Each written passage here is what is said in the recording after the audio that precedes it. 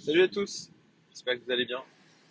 Je renoue avec ce que j'avais expérimenté en 2022, des audios uniquement en mode podcast, lors un moment de calme un peu, ou des déplacements. Donc je retente l'expérience là, et il y a beaucoup de choses que j'aimerais partager et j'ai décidé, et ça j'en parlais dans la vidéo où je parlais de mes objectifs 2023 d'une manière macro. J'ai expliqué que je voulais me concentrer sur des vidéos vraiment à forte valeur ajoutée et s'adressant à du public plutôt avancé. Alors, c'est pas avec ça que je vais atteindre une audience de 100 000 ou 200 000 personnes. En tout cas, je pense pas, parce que je me trompe, hein. Peut-être une barrière limitante dans ma tête à ce niveau-là. Mais en tout cas, ça correspond avec le type de personnes que je veux fédérer, notamment à la fois sur l'audience publique et puis aussi bien sûr dans ma communauté privée. Et puis c'est aussi les sujets moi qui me font kiffer, de pousser toujours plus loin et de monter en niveau sur bah, l'investissement toujours, l'entrepreneuriat et puis bien sûr le développement personnel avec cette partie équilibre, puisque ah ouais, je vous préviens, hein, l'audio ça va se faire au fil de l'eau, ça va être certainement décousu. Et vous me direz si c'est quelque chose que vous trouvez sympa ou pas. En fait, si c'est pas le genre de choses que vous attendez de ma part, ce sera intéressant de voir vos réactions par rapport à ça. Donc, je disais, voilà, de toujours pousser plus loin sur ces aspects-là, puisque moi, j'ai modélisé ça, hein. Je crois vraiment qu'il y a trois piliers pour tout entrepreneur. Bon, bah, bien sûr, l'aspect entrepreneurial, hein, devenir un meilleur businessman, propriétaire d'entreprise.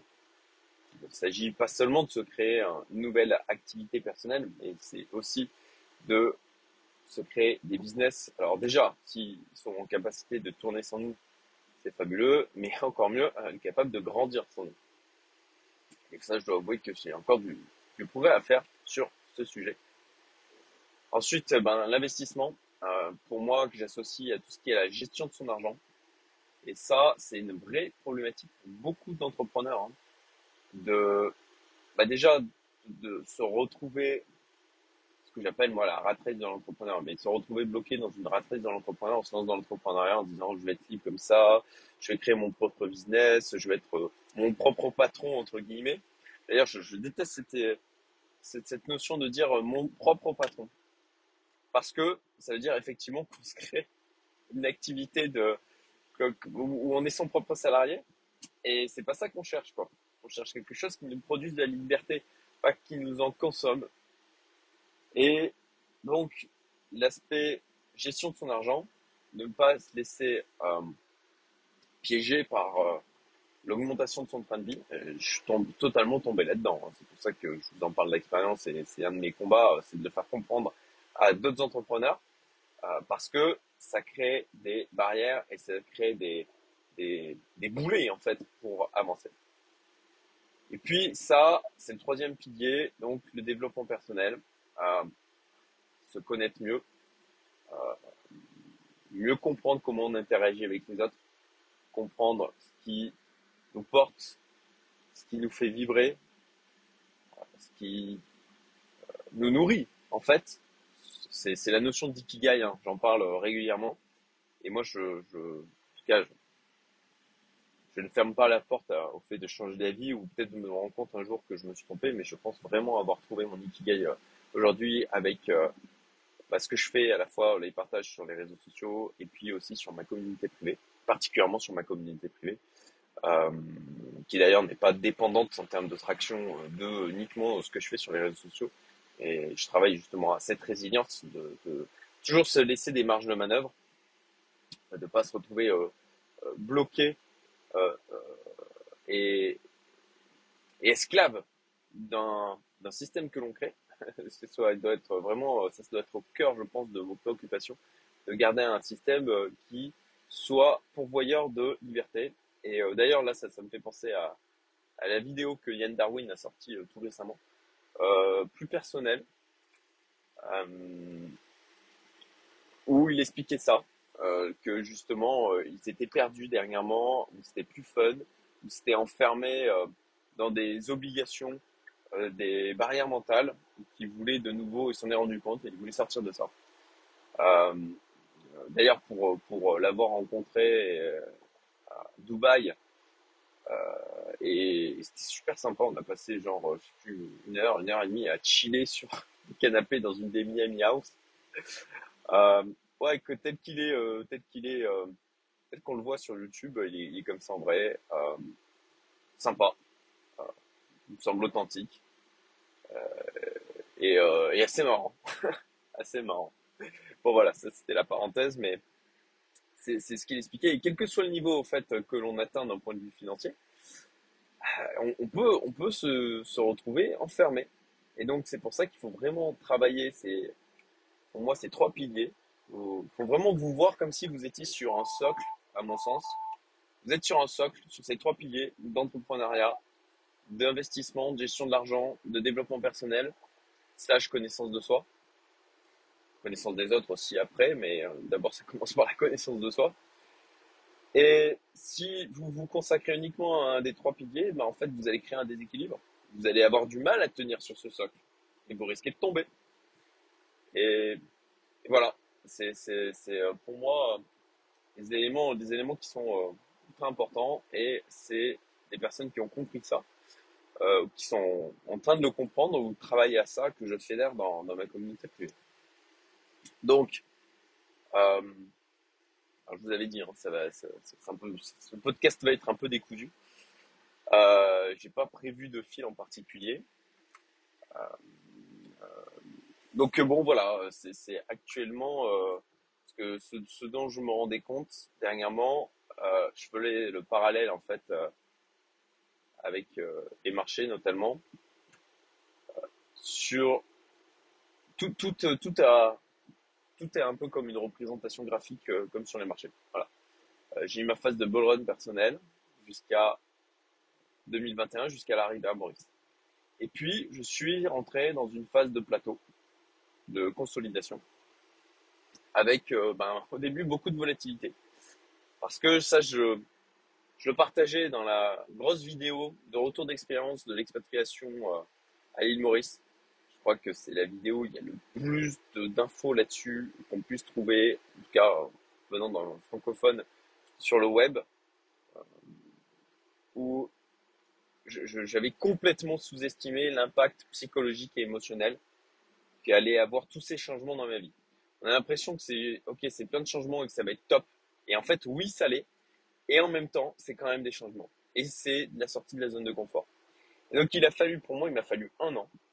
Un an pour créer vraiment un socle. Alors, c'est pas pour autant que j'ai pas continué à progresser, à avancer. Mais en fait, ça a plus été une période de consolidation. Comme sur un marché haussier, vous avez des phases comme ça de consolidation et vous avez de la volatilité. Vous avez des baisses, vous avez des hautes, vous avez voilà.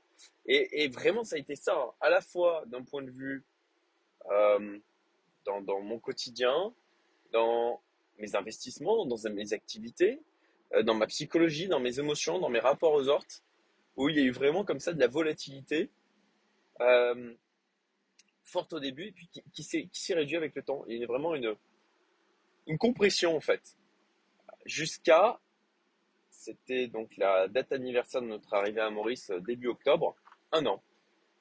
Jusqu'à il y a voilà début octobre où vraiment le fait d'avoir passé un an à Maurice, encore 15 jours avant ça, j'avais encore des réveils ou c'est la nuit hein, que les angoisses remontent le plus. Et j'avais encore des réveils en me disant waouh, en me disant mais tous ces changements quoi, qui sont en fait t'es sorti de zone de confort et puis c'est flippant en fait l'inconnu comme ça. Est-ce que j'ai fait les bons choix? Est-ce que c'est ce que je devais faire pour ma famille? Est-ce que c'est ce que je devais faire pour moi? Est-ce que j'ai pas fait n'importe quoi?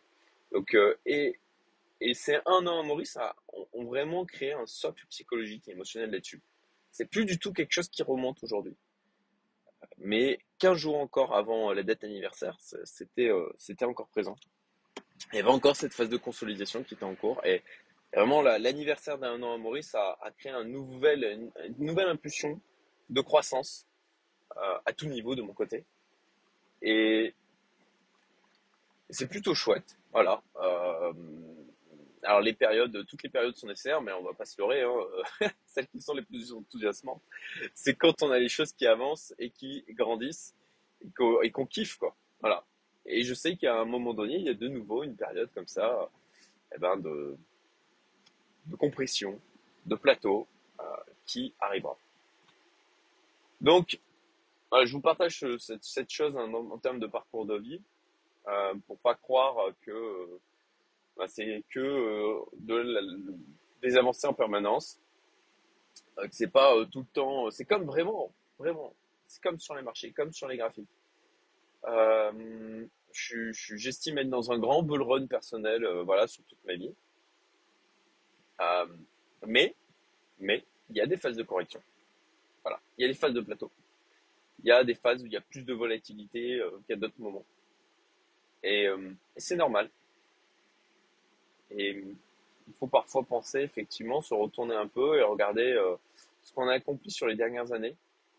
Parce que j'ai tendance à être plutôt dur avec moi-même, avoir l'impression que je ne fais jamais assez bien, jamais assez.